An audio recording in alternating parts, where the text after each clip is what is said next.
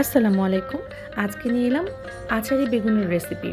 আচারি বেগুনের জন্য প্রথমে বেগুনগুলোকে হলুদ, মরিচ এবং লবণ গুঁড়ো দিয়ে মাখিয়ে রাখতে হবে। আমি বেগুনগুলোকে ডুমো ডুমো করে কেটে এগুলো মাখিয়ে নিয়ে সরিষার তেলে ভেজে নিচ্ছি এপিঠ ওপিঠ করে। আমার আম্মুকে দেখতাম চিকন বেগুনগুলোকে চিড়ে চিড়ে ঝিরি ঝিরি করে কেটে নিয়ে সেগুলোকে দিয়ে টক বেগুন রান্না করতো। যারা গোল বেগুন দিয়ে রান্না করতে চান তারাও কিন্তু ফালি ফালি করে কেটে এভাবে হলুদ, মরিচ, লবণ গুঁড়ো মাখিয়ে নিয়ে ভেজে নিতে পারেন।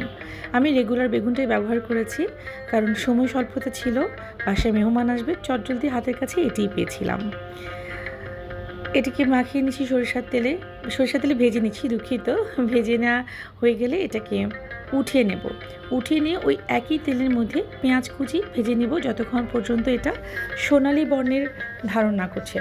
সোনালি বর্ণ হয়ে যাওয়ার একটু আগে আমি এখানে কিছুটা রসুন পেস্ট দিয়েছি। আপনারা চাইলে গ্রেট করেও দিতে পারেন, কুচি করেও দিতে পারেন, জাস্ট একটা আলাদা অ্যারোমার জন্য।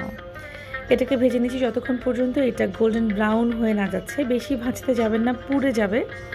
এই পর্যায়ে এখানে 5 ফোড়ন এবং শুকনো লঙ্কা দিয়ে দিয়েছি। এই পর্যায়ে তেজপাতাও দিয়ে দিতে পারেন, আমি ভুলে গিয়েছিলাম জন্য সেটাকে পরে অ্যাড করেছি। এখান থেকে চমৎকার একটা গন্ধ বেরোচ্ছে। রসুন, 5 ফোড়ন, পেঁয়াজ, মরিচ, রসুনের একটা আলাদাই একটা গন্ধ, সবগুলো মিলেমিশে একাকার। এরপরে এখানে দিয়েছি কিছু শুকনো মশলা, হলুদ, মরিচ, জিরে, ধনে গুঁড়ো অল্প পরিমাণে দিয়েছি, কিন্তু এগুলো দারুণ একটা ফ্লেভার অ্যাড করবে। তেল ছেড়ে নেওয়া যাওয়া পর্যন্ত এগুলোকে ভেজে নিচ্ছি, মানে কষিয়ে নিচ্ছি বলতে পারেন। যখন তেলগুলো এরকম ছেড়ে আসবে তখন এখানে আপনারা এই পর্যায়ে টক দই ব্যবহার করতে পারেন। আম্মুকে দেখেছি সবসময় টক দই দিয়ে করতে। আমি এখানে টক দই দেইনি, না দিয়ে যেটা করেছি এখানে আমি বাটার মিল্ক ব্যবহার করেছি। মানে আমি দুধটাকে লেবু দিয়ে কিছুক্ষণ রেখে যে বাটার মিল্কটা হয়েছে সেটা এখানে অ্যাড করেছি এবং সেটাকেও কষিয়ে নিচ্ছি মশলার সাথে। এবং দেখতেই পাচ্ছেন তেল ছেড়ে আসছে। এই পর্যায়ে আমি একটু টমেটো সস অ্যাড করেছি। এটা অপশনাল, চাইলে করতে পারেন, নাও করতে পারেন। আমার মনে হয়েছে এটা একটা আলাদা মাত্রা যোগ করবে, যে জন্য আমি এখানে এটা যোগ করেছি। এবং পুরো মশলাটা যখন কষিয়ে নিচ্ছি, আস্তে আস্তে এই মশলার গা থেকে তেল বেরিয়ে যাচ্ছে, তেল ছেড়ে যাচ্ছে। যখন এটা ভালো করে কষানো হয়ে যাবে, তেলগুলো মশলার গা থেকে ছেড়ে যাবে, সেই পর্যায়ে এখানে দিয়ে দিতে হবে ভাজা বেগুনের টুকরোগুলো। আমি এখানে একটু বেশিক্ষণ সময় নিয়েই কষিয়েছি, কারণ মশলা যত কষানো হবে রান্নার স্বাদ তত বেড়ে যাবে।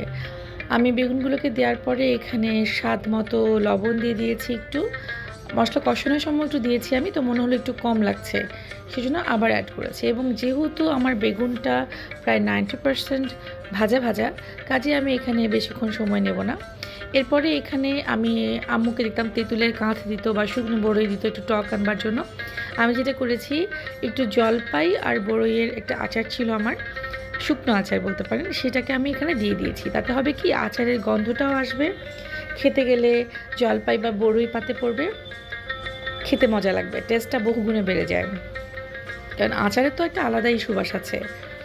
তো আচারটাকে দিয়ে আমি আর একটু মাখিয়ে শাখিয়ে নিয়ে এখানে আমি একটু পানি দিয়ে দিচ্ছি। পানি অল্প দিলেই হবে, কারণ বেগুনটা আমাদের অলমোস্ট সেদ্ধ করা আছে। পানিটা দিয়ে আমি এটাকে ঢেকে দেবো কিছুক্ষণের জন্য। কিছুক্ষণ পরে তুলে নিলাম, নিয়ে পরিমাণ মতো একটু চিনি দিয়ে দিলাম টকটাকে ব্যালেন্স করার জন্য। এবং চিনি দিয়ে আর মনে হয় এটা ঢেকে না দিলেও হবে। এই পর্যায়ে আপনারা চাইলে কেউ কাঁচা লঙ্কাও দিয়ে দিতে পারেন। আমি আর কাঁচা লঙ্কা দিইনি, কারণ ঝালটা আমার মনে হয়েছে যে শুকনো লঙ্কা, মরিচের গুঁড়ো দিয়ে বেশ ব্যালেন্সড হয়ে গেছে। এবং আর একটু নাড়িয়ে চাড়িয়ে যাতে নিচে লেগে না যায়। এবং দেখেন অলমোস্ট ঝোলটা শুকিয়ে আসা শুরু করেছে। এবং আর কিছুক্ষণ পরেই এটা নামিয়ে নিতে পারবো আমরা। বেশি ঝোল শুকনো করে ফেলবো না, কারণ এটা মাখো মাখো একটা ব্যাপার থাকবে।